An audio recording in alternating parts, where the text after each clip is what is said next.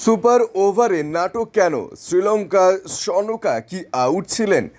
আম্পায়ারের কাছে বুঝতে গিয়ে মাথার চুল ছিঁড়তে হলো সূর্যকে। খেলার নিয়ম বুঝতে গিয়ে মাথার চুল ছিঁড়তে হলো সূর্যকুমার যাদবকে। সুপার ওভারে কেন দাসুন সানোকাকে আউট দেওয়া হলো না তা নিয়ে প্রশ্ন তোলেন ভারত অধিনায়ক। সুপার ওভারের চতুর্থ বলে ইয়র্কার করেন আর্শদীপ সিং। শ্রীলঙ্কার ব্যাটার সানোকা বল মিস করেন। বলা যায় উইকেট রক্ষক সঞ্জু স্যামসনের হাতে কট বিহাইন্ডের আবেদন করেন আর্শদীপ।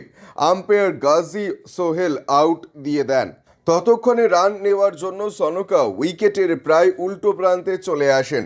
সঞ্জু সেই সুযোগে বল স্ট্যাম্পে ছুড়ে উইকেট ভেঙে দেন।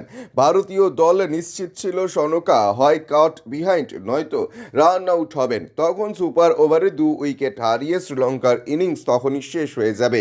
নাটকের শুরু, তারপরে তৃতীয় আম্পায়ার টেলিভিশনের রিপ্লে দেখে সিদ্ধান্ত নেন সনকা কট বিহাইন্ড আউট হন, কারণ বল সত্যিই তার ব্যাটে লাগেনি। ফলে কট বিহাইন্ডের আবেদন নাকচ হয়ে যায়। ভারতীয় ক্রিকেটাররা প্রশ্ন তোলেন সনকা কেন আউট হলেন না, কারণ তিনি কট বিহাইন্ড না হতে পারেন, কিন্তু তো পরিষ্কার রান আউট। আম্পায়ার এরপর সূর্যকে ক্রিকেটের আইন বোঝাতে শুরু করেন। ব্যুরো রিপোর্ট, ইউজে নিউজ।